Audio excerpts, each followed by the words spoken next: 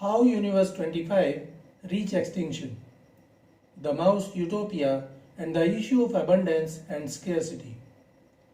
Hello and welcome to the discourse. One may wonder how our thriving world, our universe, may come to its end. What is the ultimate fate of the universe? There can be a number of scenarios, many things may go wrong. Some scientifically suggested cases of the end of the universe include the Big Crunch, the Big Rip, Big Freeze, and Big Slurp. For us humans, the universe is too vast. We are mostly concerned with our own earth, our surroundings, our society, and there can be many things that may guide us towards extinction. We may face political debacle and there may occur another world war resulting in nuclear extinction. Some big comet may again hit the earth to make another huge crater. One of the major issues of humanity is scarcity of resources. That often leads to political arguments and wars. Today, we will discuss one such scenario of extinction, a scientifically studied case in which a utopian society with abundance met its extinction. There is a difference between ethology and ethnology. Ethology is the science of animal behavior. It is a branch of zoology that studies the behavior of non-human animals. The first modern ethologist was Charles Darwin, who studied and explored the expressions of emotions in animals and noted his research in his book The Expression of Emotions in Man and Animals. Ethnology, on the other hand, is an academic discipline that compares and analyzes the characteristics of different peoples and the relationships between them. Compare cultural, social, and socio-cultural anthropology. While this difference is deep, it is also true that human beings are also animals and mammals. Some mammals resemble human beings too closely at the genetic level. Humans and mice do not look alike, but both species are mammals and are biologically very similar. Almost all of the genes in mice share functions with the genes in humans. That means we develop in the same way from egg and sperm and have the same kinds of organs, heart, brain, lungs, kidneys, etc., as well as similar circulatory, reproductive, digestive, hormonal, and nervous systems. These similarities make it possible for scientists to study the physiology of mice to glean information about how human beings grow, develop diseases, and age. This is the reason why many times newly found medicines are first tested on mice because mice are considered excellent models for humans. However, genetics is a totally different branch of science than ethology or ethnology. Yet, sometimes these lines of differences are blurred out and conclusions are drawn while observing the results of various studies going on in these different realms of research and studies. One such incident happened from 1968 to 1972 when American ethologist and behavioral researcher J.B. Calhoun performed his infamous experiment titled Mice Universes, the most famous of which was Universe 25. Calhoun had been studying the common rats since 1947 as a lecturer at Johns Hopkins University and was leading the rodent ecology project. He began a 28-month study of a colony of Norway rats in a 10,000 square foot outdoor pen.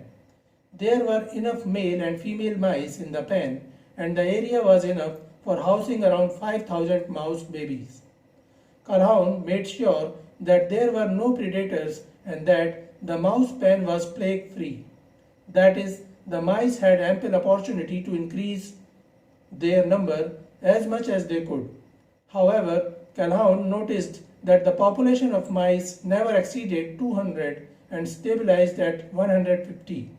He also noticed that instead of living as a society, the mice divided themselves into 12-13 colonies with 12 rats in each of the colonies.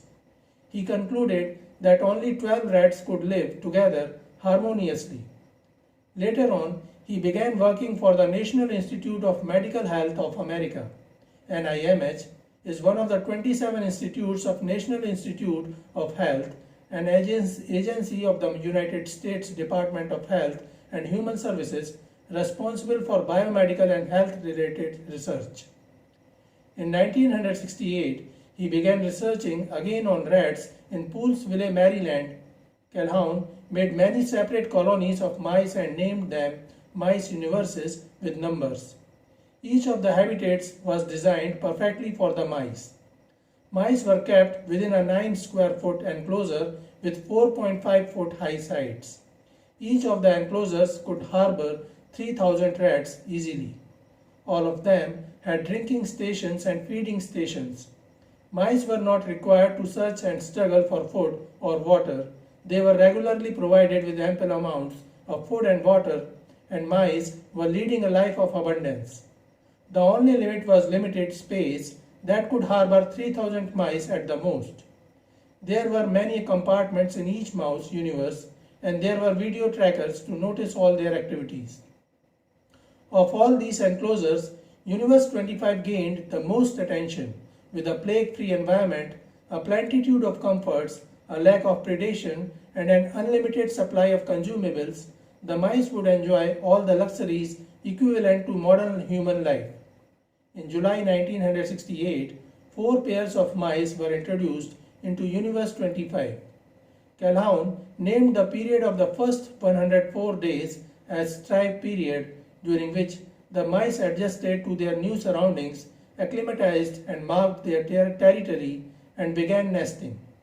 Then came the Exploit period, during which the mice had the most fun. They continued doubling their population in every 55 days.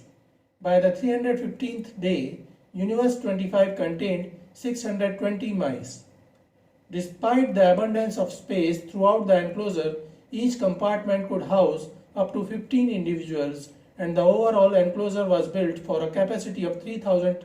Most mice were crowding select areas and eating from the same food sources.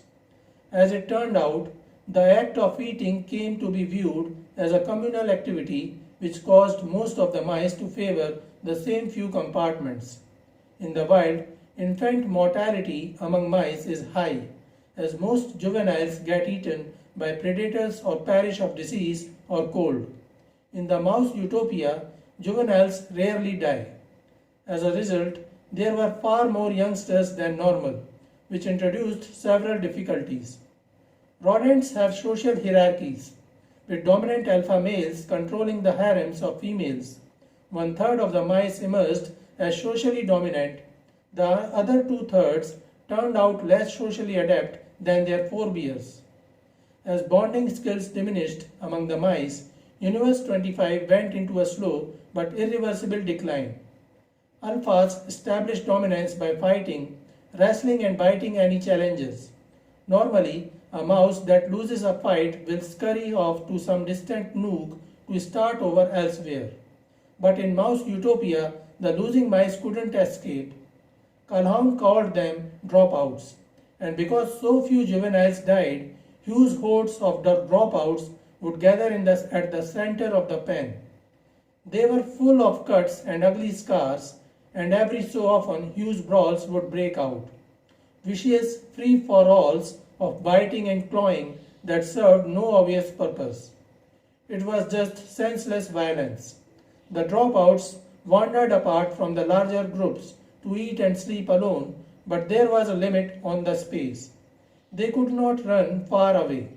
Between the aggressive alpha males and the dropout omegas, there were beta males who became more timid, inert, effeminated, dropped and defeated. Gradually, even the dropouts began exploiting them.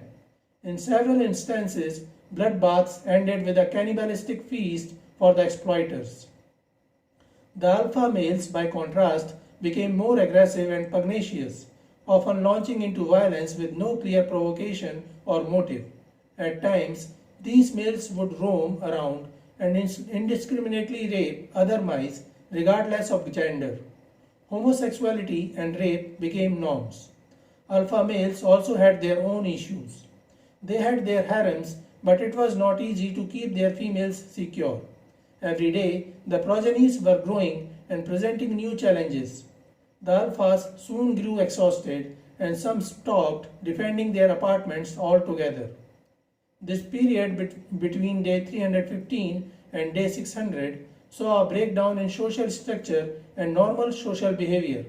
Among the aberrations in behavior were the following: expulsion of young before weaning was completed, wounding of young, increase in the homosexual behavior, inability of dominant males to maintain the defense of their territory and females, aggressive behavior of females, passivity of non-dominant males with increased attacks on each other which were not defended against. This hurt the population. The females were left to fend for their nests. Consequently, many females adopted for aggressive forms of behavior which would sometimes spill over into violence towards their young. Others would refrain from motherly duties altogether, banishing their unraised litters and withdrawing from further mating. This resulted in a population decline. Calhoun called it the equilibrium period. In some compartments, the infant mortality rate topped 90%. According to Calhoun, the excessive aggressive behavior of alphas and overly passive behavior of betas was due to the breakdown of social roles and rampant overclustering. He named it behavioral sink. Yet there was enough space for 3,000 mice and they were way less. Their count began declining. On the 560th day, Calhoun noted a 100% mortality rate. Population increase ceased to happen. Calhoun termed it the death period. The mouse Utopia was converting into the site of extinction. Amidst the violence, hostility and lack of mating, a younger generation of mice reached maturity. Having never been exposed to examples of normal, healthy relations, with no concept of mating, parenting, or marking territory, this generation of mice spent all of their waking hours eating, drinking, and grooming themselves. Living in seclusion from the other mice, they were spared the violence and conflict that waged in the crowded areas, yet made no social contributions. Calhoun called them the beautiful ones. With ample food and water, maladjusted males took to grooming all day, preening and licking themselves hour after hour. Calhoun called them the beautiful ones. And yet, even while obsessing over their appearances, these males had zero interest in the courting females, zero interest in sex. Calhoun thought of giving them a chance. He picked some of the beautiful ones and placed them in a new universe with very few inmates. He hoped the mice would learn the proper way, but they continued eating, drinking, and grooming themselves with no other purpose for life, no desire to mate or even interact with their new peers. The reclusive mice eventually died of natural causes, and the fledgling society folded without a single new birth. By the 21st month, newborn pups rarely survived more than a few days. Soon, new births stopped altogether. Older mice lingered for a while, hiding like hermits or grooming all day, but eventually they died out as well. By spring 1973, less than 5 years after the experiment started, the population had crashed from 2,200 to zero. Mouse heaven had gone extinct. The utopia of abundance had failed. So this is it for today. We will continue to discuss science, technology, and cosmology. Please stay connected with the discourse. Thanks and regards.